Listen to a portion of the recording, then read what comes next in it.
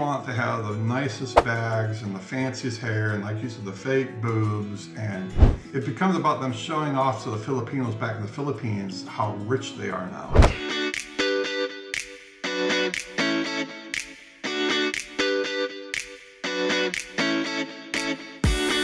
Welcome in to another episode of Foreigner Loves Filipino!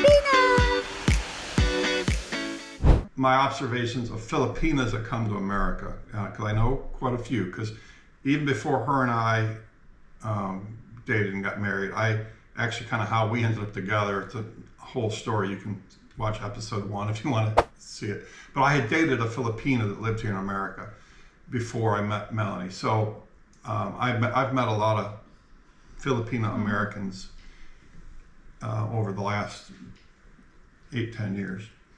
And I've noticed that there's a very distinct difference.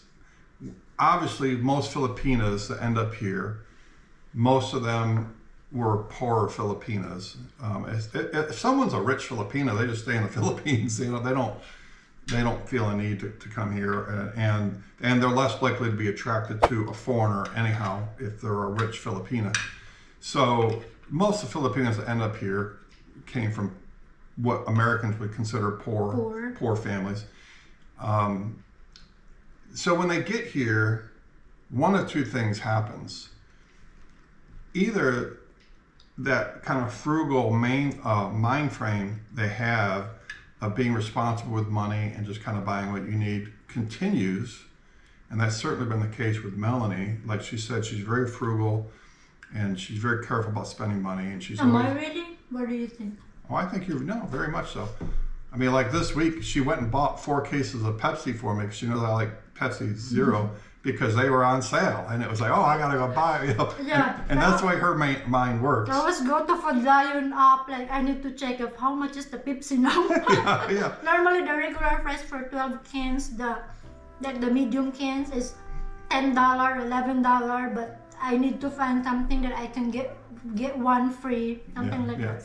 So either that's the case, they kind of hold on to that frugality that they almost have to have in the Philippines, or they get here and they kind of go the completely opposite direction, where they want to have the nicest bags and the fanciest hair and, like you said, the fake boobs, and it becomes about them showing off to the Filipinos back in the Philippines how rich they are now. Mm-hmm. And I've definitely observed that, where they get here and I think it's like they grew up so poor, and then they get here and they're just in a middle class family. They're not in a rich family.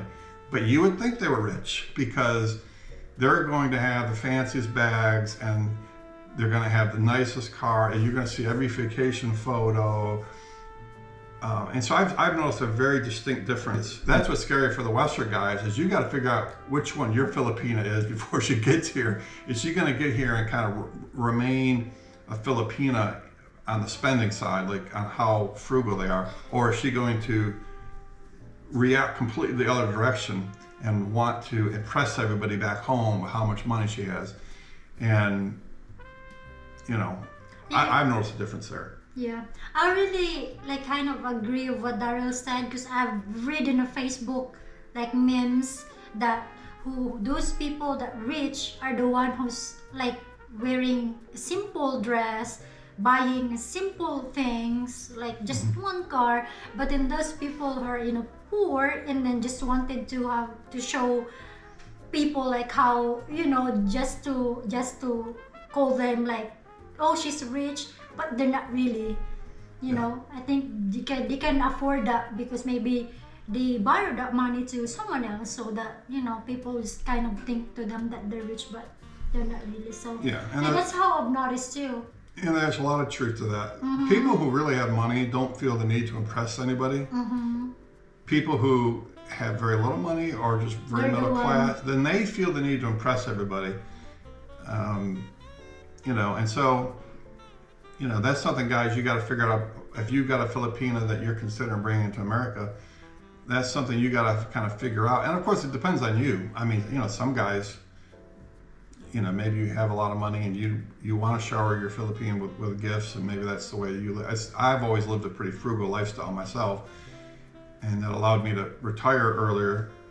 But I would have a really hard time. Like if she got here and all of a sudden she was like some of the other Filipinos I've observed, where she was just all of a sudden, oh man, that's kind of what I mean by being Americanized. That's one of the things I would think when I think of an Americanized Filipina. She gets over here and she wants to keep what we call keeping up with the Joneses. And you probably don't know what that phrase means, but that means where it's kind of an American trait where you're always trying to keep up with the neighbors. And if the neighbors get a new car, you feel the need to get a new car, like, because you always got to look good.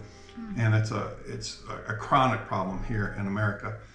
And if I'd gotten her here and she was like that, always obsessed with, okay, well, someone she worked with just got a new pair of shoes or got a new handbag, and she felt like she had to have the same thing.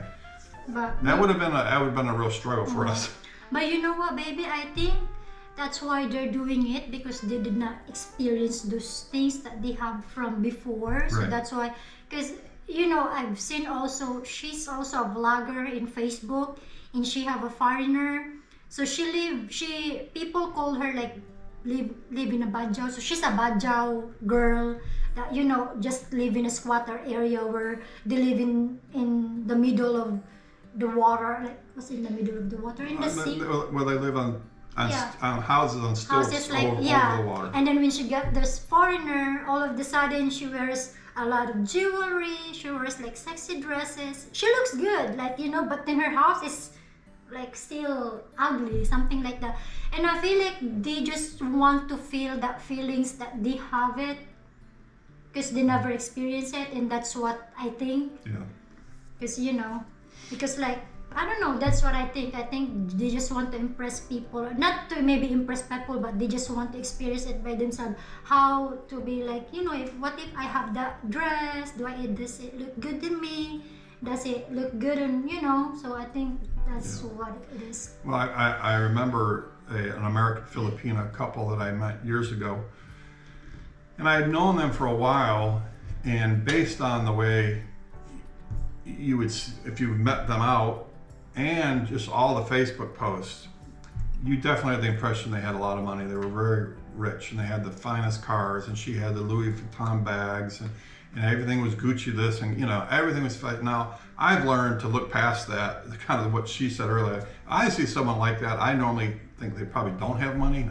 My thought isn't they have money, but she definitely, or them as a couple, but her in particular, really wanted you to believe that they had a lot of money. Well, then I'd known them several years, and then finally got to go see their home.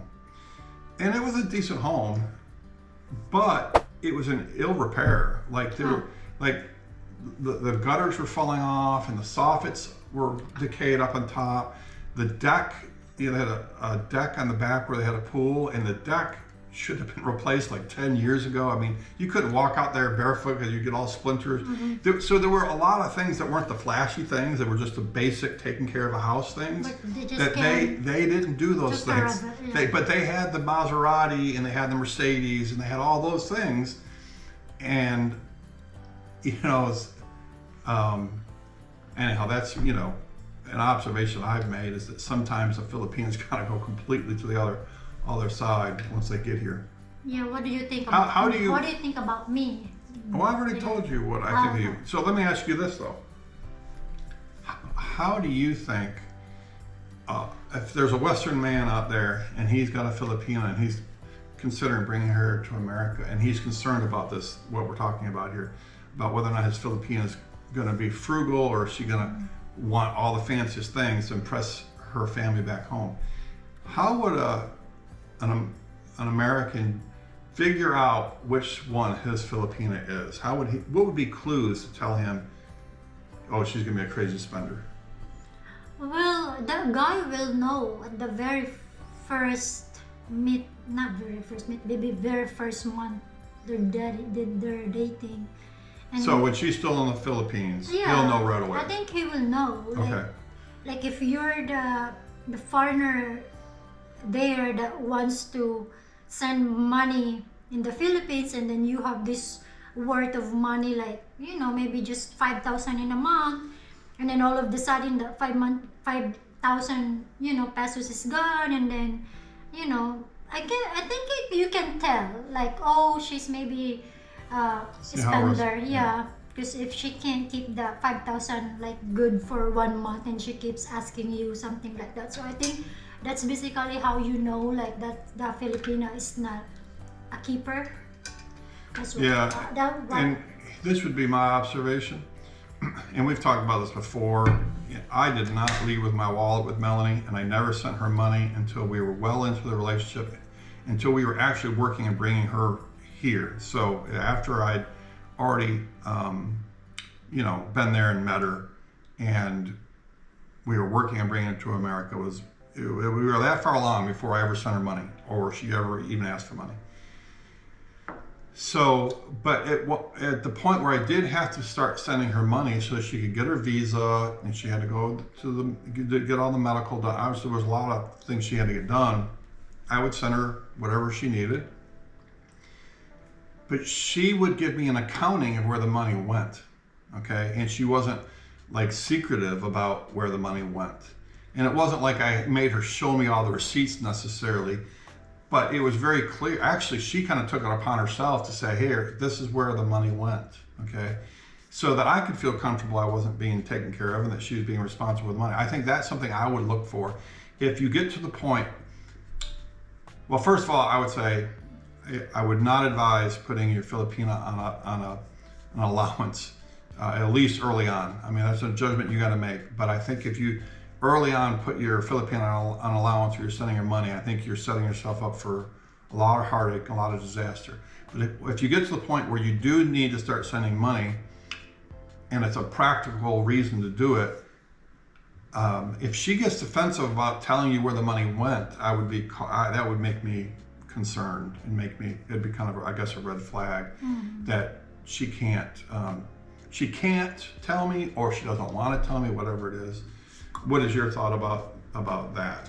well, you know what it will do. Well, it will still depend on the couple, but then in my perspective, like showing where his money go, like, it's kind of respect also to him, because he's the one, he's the one that's sending it to you. Like, it's still his money, but he's just something like that. But yeah, taking a picture of it and telling him where it is, like something like that, even if he doesn't ask you to do it, it's just kind of respectful, and it's, for me, I think it's. And that's what she did, is she would take pictures of the receipts and send them to me, and I didn't ask for that. Yeah, that's because, like, he asked me, he didn't ask me. I just wanted it to let him know that his money is in a good, it's in a good hands, and I'm using it the way I asked him to.